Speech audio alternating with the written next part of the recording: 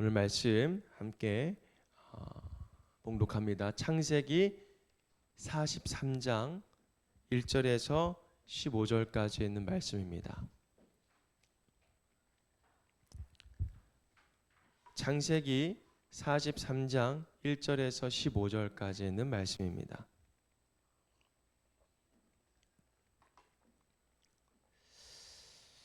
자, 제가 봉독해 드리면서 여러분들은 귀로, 눈으로, 마음으로 말씀을 묵상하며 또 귀한 이 시간 되기를 원합니다. 함께 말씀을 제가 읽어 드리겠습니다. 땅에 기근이 더욱 심해갔다.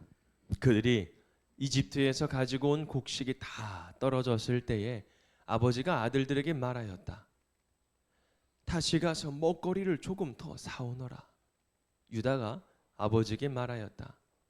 그 사람이 우리에게 엄하게 경고하면서 너희가 막내 아우를 데리고 오지 않으면 다시는 나의 얼굴을 못 볼 것이다 하고 말하였습니다. 우리가 막내를 데리고 함께 가게 아버지께서 허락하여 주시면 다시 가서 아버지께서 잡수실 것을 사오겠습니다. 그러나 아버지께서 막내를 보낼 수 없다고 하시면 우리는 갈 수 없습니다. 그분이 우리에게 말하기를 너희가 막내 아우를 데리고 오지 않으면 다시는 나의 얼굴을 못 볼 것이다 하였기 때문입니다. 이스라엘이 자식들을 탓하였다. 어찌하려고 너희는 아우가 있다는 말을 그 사람에게서 해서 날 이렇게 괴롭히느냐. 그들이 대답하였다.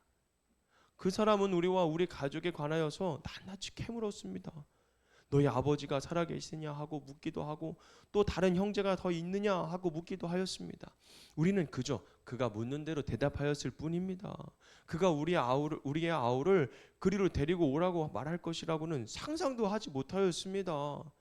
유다가 아버지 이스라엘에게 말하였다. 제가 막내를 데리고 가게 해주십시오. 그러면 우리가 곧 떠나겠습니다. 그렇게 하여야 우리도 아버지도 우리의 어린 것들도 죽지 않고 살 수 있을 것입니다. 제가 그 아이의 안전을 책임지겠습니다. 아버지께서는 그 아이에 대해서는 저에게 책임을 물어주십시오. 제가 그 아이를 아버지께로 다시 데리고 와서 아버지 앞에 세우지 못한다면 그 죄를 제가 평생 달게 받겠습니다. 우리가 이렇게 머뭇거리고 있지 않았으면 벌써 2번도 더 다녀왔을 것입니다. 아버지 이스라엘이 아들들에게 말하였다. 꼭 그렇게 해야만 한다면 이렇게 하도록 하여라. 이 땅에서 나는 것 가운데 가장 좋은 토산물을 너희 그릇에 담아 가지고 가서 그 사람에게 선물로 드리도록 하여라. 유향과 꿀을 얼마쯤 담고 향품과 모략과 유향나무 열매와 감복숭아를 담아라. 돈도 2배를 가지고 가거라. 너희 자로 아귀에 탐겨 돌아온 돈은 되돌려 주어야 한다. 아마도 그것은 실수였을 것이다. 너희 아우를 데리고 어서 그 사람에게로 가거라. 너희들이 그 사람 앞에 설 때에 전능하신 하나님이 그 사람을 감동시켜서 너희에게 자비를 베풀게 해주시기를 빌 뿐이다. 그가 너희의 거기에 남아있는 아이와 베냐민도 너희와 함께 돌려보내준다면 더 바랄 것이 없겠다. 자식들을 잃게 되면 잃는 것이지 난들 어떻게 하겠느냐. 사람들은 선물을 꾸리고 돈도 갑절을 지니고 베냐민을 데리고 급히 이집트로 가서 요셉 앞에 섰다. 아멘. 할렐루야. 주님의 이름으로 축복하고 사랑합니다. 자, 오늘 말씀 주제 같이 읽어볼까요? 시작.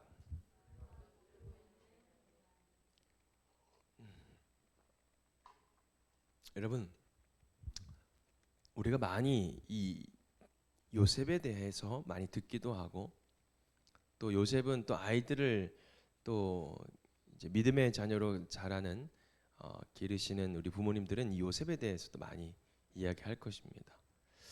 자, 오늘은 단순히 베냐민을 이집트로 보내는 그런 이야기가 아닙니다. 오늘 말씀 안에는 한 이 가정에 두려움도 있고요. 또 갈등이 있습니다. 그리고 하나님께서 그들을 믿음으로 이끌어 가시는 또 과정이 또 담겨져 있죠. 오늘 말씀의 앞선 장면에서 여러분 이 요셉의 형들은요 기근 때문에 가뭄 때문에 어디로 갔어요? 이집트로 갔습니다. 그곳에서 총리가 된 이집트 이제 요셉을 만났지만 형들은 그가 요셉인 줄 알았어요, 몰랐어요? 몰랐어요. 요셉은 형들을 알아보았지만 일부러 낯선 사람, 처음 보는 사람처럼 대합니다. 그래서 그리고 형들에게 묻죠. 너네들 어디서 왔냐? 이때 이제 유일하게 반말할 수 있는 동생이 형들에게 반말할 수 있는 아마 이 마음이 어땠을까? 라는 좀 생각을 곰곰이 생각합니다. 그동안 나를 미워하고 나를 이 구덩이에 쳐넣었을 때 이 형들의 표정과 냉담한 그 표정을 얼마나 기억했을까? 그러면서 모른 척하면서 너희는 어디서 왔느냐라고 이야기를 했을 때 과연 어떤 마음이었을까 하는 동생의 입장에서 한번 생각을 해봅니다. 정탐꾼이 아니냐? 더하죠. 어떻게 합니까? 더 지금 죄를 물으려고 작정을 합니다. 여러분, 그러나 이 형들은 꿈에도 모릅니다. 이 친구가 요셉이라는 사실을 모릅니다. 그래서 어떤 마음을 갖죠? 두려운 마음을 갖습니다. 그리고 자신들의 이야기를 이제 막 갑자기 나타내는 거예요. 드러내는 거죠. 과거에 어떤 일이 있었는지. 우리는 한 아버지의 아들들입니다. 그리고 막내 아우는 지금 아버지와 함께 있다. 그리고 또 한 사람은 없어졌다. 라고 이야기까지 합니다. 굳이 그 이야기를 왜 해야 될까?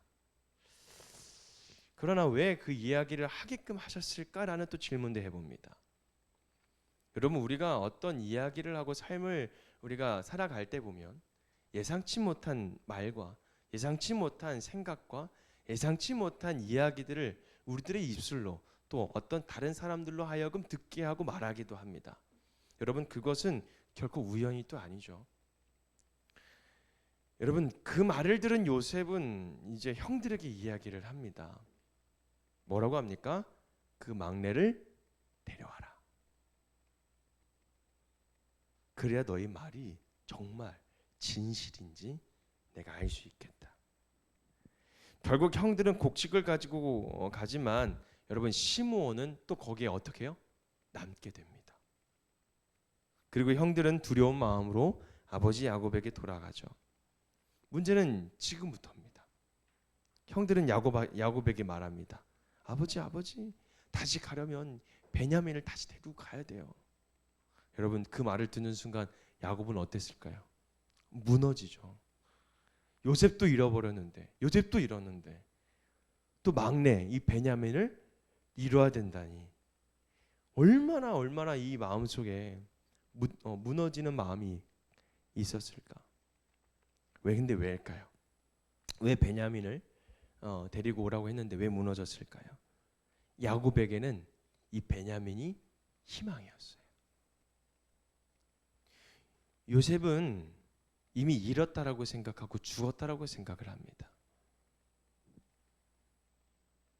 그리고 라헬도 잃었어요. 라헬이 이 베냐민을 낳고 죽었죠. 그런데 이제 베냐민까지 보내야 한다라는 그 생각이 얼마나 참담했을까. 그래서 말하죠. 야곱이 너희는 어찌 나를 이렇게 괴롭히? 요셉 때도 그렇고 지금 또 이 베냐민을 데리고 가야 되니 이게 무슨 말이냐는 거야. 야곱은 지금 베냐민을 붙들고 있는 것이 아니라 상처 위에 불안함, 그것을 지금 붙들고 있는 거예요. 다시 잃고 싶지 않은 이 마음을 지금 붙들고 있는 거죠. 여러분, 가만히 한번 생각해 보십시오. 우리도 그러지 않습니까? 사람은 누구나 자기만의 베냐민을 붙들고 있습니다. 절대 잃고 싶지 않은 것이 있어요. 내 손에서 놓아버리면은 그저 무너질 것 같은 것들이 있습니다. 하나님보다 어쩌면 더 불안하게 그것을 붙잡고 있을 수도 있다라는 겁니다.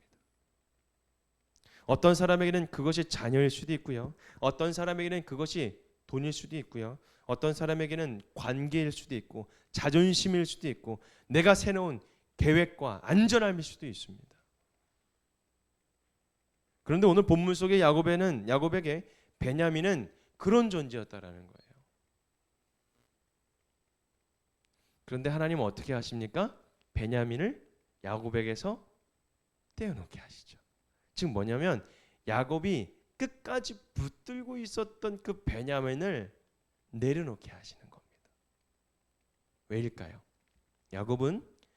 하나님은 야곱을 괴롭히는 것이 아니라 붙들고 있는 그 손보다 하나님을 더 신뢰할 수 있는 믿음으로 이끌어가기 위해서 그렇게 베냐민을 내려놓을 수 있도록 마음을 허락하십니다. 오늘 말씀을 통해서 우리에게도 질문을 합니다. 너에게 붙들고 있는, 지금 너가 붙들고 있는 베냐민은 무엇인가? 여러분 자기에게 한번 생각해 보십시오. 나에게 정말 베냐민은 어떤 것일까? 먼저 여러분 붙들고 있으면 안전할 것 같지만 사실은 멈춰 있게 합니다. 이 베냐민이라는 존재는. 본문은 기근이 더욱 심해졌다고 이야기를 합니다. 야곱의 가정은 지금 위기이죠. 곡식은 다 떨어졌어요. 다시 어디로 가야 돼요? 이집트로 가야 돼요. 왜요? 소문이 났거든요. 왜요? 요셉이 통치하면서 요셉이 그 총무로서 다 있으면서 여러분 7년 동안의 아주 풍년을 또 다시 7년 동안의 뭐예요? 흉년을 이길 수 있는 지혜를 주셔서 잘 가꾸고 곡식을 잘 차고에 쌓아놔서 이집트 주변에 있는 모든 나라들이 이집트를 향하게 하잖아요. 자, 그런데 지금 야곱의 가정은 위기라는 거예요.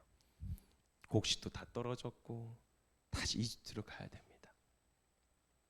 그런데 야곱은 베냐민을 보내지 못합니다. 두려웠기 때문에, 불안했기 때문에. 혹시라도 베냐민까지 잃으면 어떡할까? 사실 야곱의 마음은 이해가 됩니다. 왜냐하면 요셉을 잃었다라고 생각했는데 이제 베냐민까지 위험해질 수 있으니까. 여러분 부모의 마음에서 얼마나 불안할까요? 그런데 문제는 붙들고만 있으면 뭐예요? 아무것도 해결되지 않아요. 야곱은 붙들고 있었지만 기근은 여러분 어떻게 돼요? 그 기근이 문제인 거잖아요.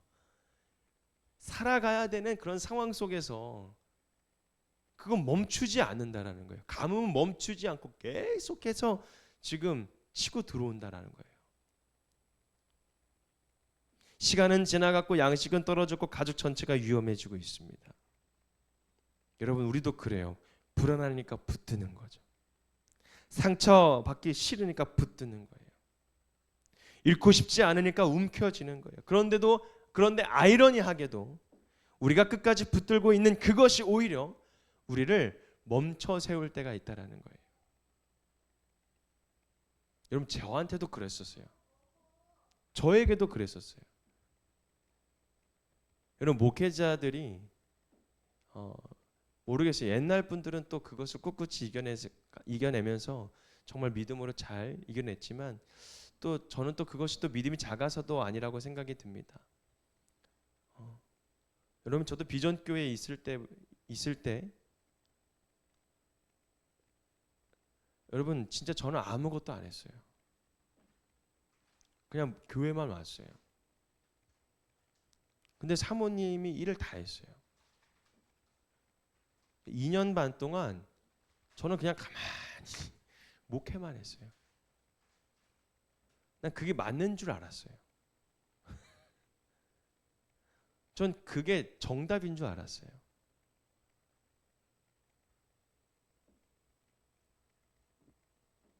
근데 저를 다시 한번 돌이켜 생각해 보니까 목회자에서 더 여러분 저의 위치가 한 가정을 지키는 가장이고 또 아빠이고 또 남편이었어요. 저는 한 발짝 삶의 일터로 나아가는 그 한 발짝이 저에게는 두려움이 있었어요. 무서움도 있었고 사람의 시선도 있었고 그걸로 인해서 제가 평가받을까 봐 두려운 마음도 너무 강했었어요. 근데 그 한 발짝이 참 어려웠어요. 근데 여러분, 상황은 점점 좋아지지 않는 거예요. 그래서 저도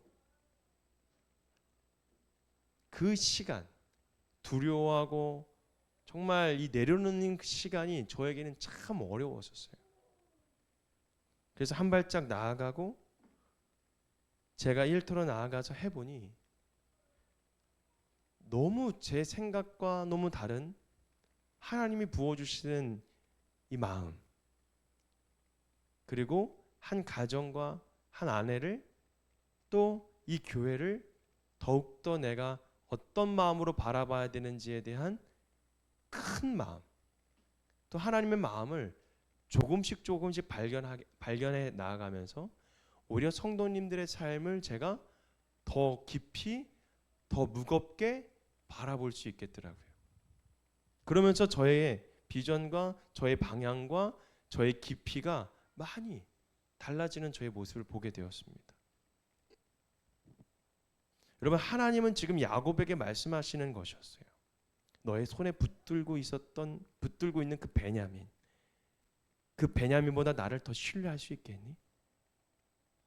어쩌면 저에게는 한 발짝 나아가지 못했던 것이 저에겐 베냐민이었던 것 같아요. 저에게 베냐민. 여러분들에게 베냐민이 혹시 어떤 것인지, 근데 그 베냐민을 내려놓고 하나님을 더 신뢰할 수 있는 그런 믿음이 저와 여러분들에게 더욱더 풍성해지기를 주님의 이름으로 축복합니다. 여러분, 믿음은 모든 불안이 사라진 상태가 아닙니다. 두려움 속에서도 하나님을 의지하며 움직이는 것입니다. 여러분, 이순신 장군이 그랬잖아요. 두려움으로 이기는 방법을. 그 전쟁에서 두려워하는 그 백성을 여러분 어떻게 해요? 오히려 그거를 역으로 활용하잖아요. 그러면서 승리를 이끌어갈 수 있는 부르짖음으로, 외침으로 나아가잖아요. 여러분, 우리가 하나님을 경외하고 두려운 마음을 갖고 있는 이유가 여기서 있는 거예요. 하나님을 그냥 사랑의 하나님, 우리를 인도해 주시는 하나님 이렇게 생각하면 여러분 때로는 너무 우리 방식으로만 생각할 때가 있어요. 그런데 하나님을 두려워하고 하나님을 우리가 공의의 하나님으로 우리가 생각할 때 그 마음 안에 우리가 더 하나님을 신뢰하며 더 하나님 앞에 나아갈 수 있는 마음으로 우리가 즉 뭐냐면 우리의 신앙이 가볍지 않도록 만들어주는 효과를 날 수 있다는 거예요. 그래서 우리가 더욱더 하나님 앞에 두려운 마음을 가지는 것, 이것이 또 우리에게 필요하다는 거죠. 여러분, 하나님은요, 두 번째로 책임지는 믿음을 통해서 길을 여신다라는 거. 우리가 베냐민을 내려놨잖아요. 이제 베냐민을 내려놓으세요. 그러면 하나님은요, 책임지는 믿음을 통해서 이제 길을 여시는 거예요. 왜요? 우리 선택했잖아요. 내가 가지고 있는 베냐민을 내려놓고 이제 하나님을 신뢰하며 하나님 앞에 나아가겠습니다라고 우리가 걸어가잖아요. 그 선택에 하나님은 이제 그것을 믿음으로 받아주시고 그 믿음을 통해서 우리의 길을 열어주신다라는 거예요. 오늘 본문에서 가장 달라진 사람은 누굴까요? 유다예요. 유다는 아버지에게 말합니다. 제가 그 아이의 안전을 책임지겠습니다. 여러분, 이 고백이 참 중요합니다. 예전에 유다는 책임지는 것보다 자기의 유익을 먼저 생각했던 사람이었어요. 그래서 요셉을 팔 때도요, 가장 중심에 있었던 사람이었죠. 그런데 이제는 달라졌습니다. 제가 책임지겠습니다.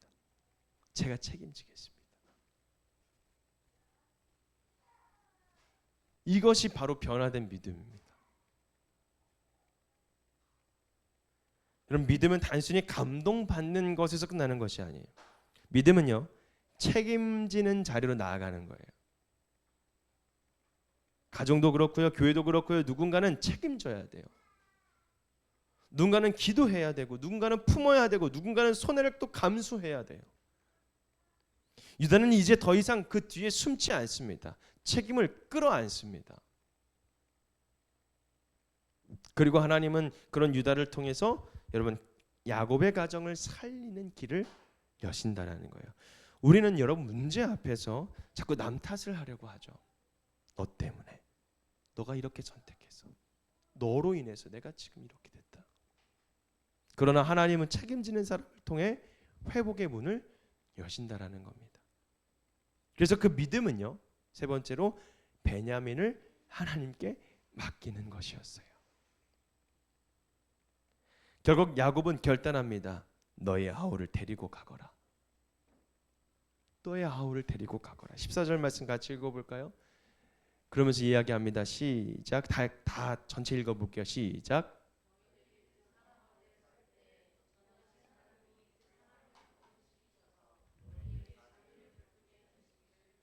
네, 여기까지요. 아멘. 여러분, 전능하신 하나님이 그 사람을 감동시켜서 너에게 자비를 베풀게 해주시기를 빌 뿐이다. 빌 뿐이다. 야곱은 이제 깨달았어요. 자기가 붙들고 있다고 해서 지켜지는 인생이 아니라는 것을 이제 알게 됐어요. 베냐민은 자기 손에 있는 것이 안전한 것이 아니라 어디에 있어요? 어디에 있어야 돼요? 어디에? 하나님 손에 있어야 안전하다라는 것을 이제 깨달은 거예요. 그래서 야곱은 놓기 시작합니다. 여러분, 우리 혹시 자녀들이 있는 분들이 있다면 다 하나님 앞에 맡기십시오. 내가 가지고 있다고, 내가 손에 쥐고 있다고 해서 아이들이 잘 될 것도 아닙니다. 하나님께 모든 것을 맡기십시오. 혹 여러분, 자녀들을 계획하고 있는 분들이 있다면, 여러분, 기도하고 있는 분들이 있다면 자녀들을 어떻게 우리가 기르고 자라게 할 것인지, 여러분, 이 부분에서도 우리가 충분히 하나님과 교제하면서 우리에게 그 하나님이 주시는 마음을, 또 그 자녀 주시는 하나님의 자녀를 온전히 하나님께 맡겨드릴 수 있는 그 믿음이 필요할 수 있다라는 겁니다. 필요하다라는 거죠. 그래서 야곱은 놓기 시작합니다. 내려놓기 시작합니다. 그리고 하나님께 맡기기 시작합니다. 믿음은 여러분 붙드는 힘이 아니라 여러분 맡기는 힘이에요. 맡기는 힘. 내 힘으로 붙들려고 지키려고 해서 뭔가 삶에서 내가 바등바등 뭔가 내가 막 해내려고 하는 게 아니라 여러분 하나님께 맡기십시오. 하나님께 맡기며 살아가는 삶으로 여러분 우리가 바뀌어 나가야 됩니다. 우리가 붙들고 있는 베냐민 무엇입니까? 내 자녀입니까? 내 미래입니까? 또 내 건강입니까? 내 물질입니까? 내 자존심입니까? 제가 여기 쭉 나열하면서 야, 어쩜 나에게 다 있을까? 어쩜 나에게 다 있을까? 여러분은 어떤가요? 하나님은 그것을 빼앗기 위해서 말씀하시는 것이 아니라는 것을 깨달으십시오. 하나님보다 더 의지하는 것을 여러분 내려놓게 하시는 것이 바로 하나님께서 우리에게 주시는 마음인 줄 믿습니다. 하나님께 맡길 때 비로소 하나님이 준비하신 새로운 길을 우리는 걸어갈 수 있을 것입니다. 야곱은 아직 모릅니다. 이 길 끝에 요셉과의 회복이 있다라는, 회복이 기다리고 있다라는 것을 몰라요. 여러분, 우리는 다 알고 있잖아요. 그렇지 않아요? 하나님은요 이미 회복의 길을 준비하고 계십니다. 우리는 야곱의 스토리를 알지만 여러분들의 스토리는 모르잖아요. 여러분들의 미래는 어떨 것 같습니까? 여러분, 다시 한번 우리에게 하나님께서 질문하십니다. 결론을 지으면서 함께 다시 한번 질문을 드립니다. 지금 내가 붙들고 있는 이 베냐민은 무엇인가? 우리는 그것이 있어야 살 것 같고 그것을 놓으면 뭔가 무너질 것 같아서 끝까지 붙들었던 것들이 있다면 여러분 내려놓으십시오. 믿음은요 붙들고 버티는 삶이 아니라 하나님께 모든 것을 맡기며 걸어가는 것이 바로 믿음인 줄 믿습니다. 야곱은 결국 베냐민을 보냈어요. 그리고 그 맡김의 자리에서 하나님의 회복의 시작이 지금 시작이 되고 있다는 거예요. 오늘 우리도 하나님 앞에 내려놓아야 할 베냐민이 있다면 믿음으로 맡길 수 있기를 주님의 이름으로 축복합니다. 그래서 주님, 제가 붙들고 있는 것들을 이제 주님 앞에 맡깁니다. 온전히 주님께서 함께 해주시고 주님께서 걸어가 주시고 주님께서 모든 것을 앞에서 인도하여 주십시오. 우리가 기도하며 나아갈 때 내 손보다 하나님의 손이 더 안전함을 우리가 믿는 그 믿음 가운데 살아가는 저와 여러분이 되기를 주님의 이름으로 축복합니다. 여러분 그 믿음 위에서 하나님께서 새롭게 부어주실 그 은혜와 회복을 누리며 살아가는 저와 여러분이 되기를 주님의 이름으로 축복합니다. 아멘. 여러분 저도 지금 이렇게 살아가려고 바등바등 노력하고 있어요. 그런데 중요한 것은 여러분 조금씩 여러분 회복이 되어가고 있다는 거예요. 여러분 목회자들이요, 제가 가만히 생각을 해보니까 자존심이 제일 세더라고요. 이 목회자들이요, 이 쫀심이 얼마나 센지 몰라요. 특히 누구한테 가장 센 줄 아세요? 사모님한테. 아내한테 너무 가장 이게 세요. 저를 지금 훈련시키는 것 같아요. 하나님 내려놓게 하고 있어요. 오늘도 까불었다가 혼났거든요. 그래서 오늘 차 타면서 우리 여왕님을 모십니다 하고 이야기하면서 왔어요. 근데 제가 자존심을 좀 내려놓고 제가 그냥 다 내려놓으니까요, 그냥 그게 편안함을 주시더라고요. 마음을. 여러분들에게도 한번 기회를 드릴게요. 특히 남편분들 여왕님으로 모십시오. 여러분 먼저 우리가 하나님 앞에 내 자존심, 이 베냐민 아무것도 아닌데 그걸 다 내려놓을 때 하나님께서 분명 우리 안에 우리가 모르는 크고 은밀한 그 비밀한 것들을 주님께서 분명히 우리 알게 하시고 깨닫게 하시고 경험하게 하실 줄 믿습니다. 그것을 향해 함께 믿음의 길을 걸어가는 저와 여러분이 됐으면 좋겠습니다. 기도하겠습니다. 하나님 감사합니다. 내가 붙들고 있는 그 베냐민, 그것이 있으면 꼭 살 것만 같고 그것이 나를 꼭 지켜주는 것처럼 느껴졌지만 하나님 오늘 야곱이 베냐민을 떠나보냈던 것처럼 나에게 베냐민들을 떠나보낼 수 있는 믿음이 있게 하여 주시옵소서. 그래서 하나님 온전히 하나님을 바라보며 나아갈 수 있는 그 믿음을 통하여 달려갈 수 있는 저희 모든 삶이 될 수 있도록 축복하여 주시옵소서.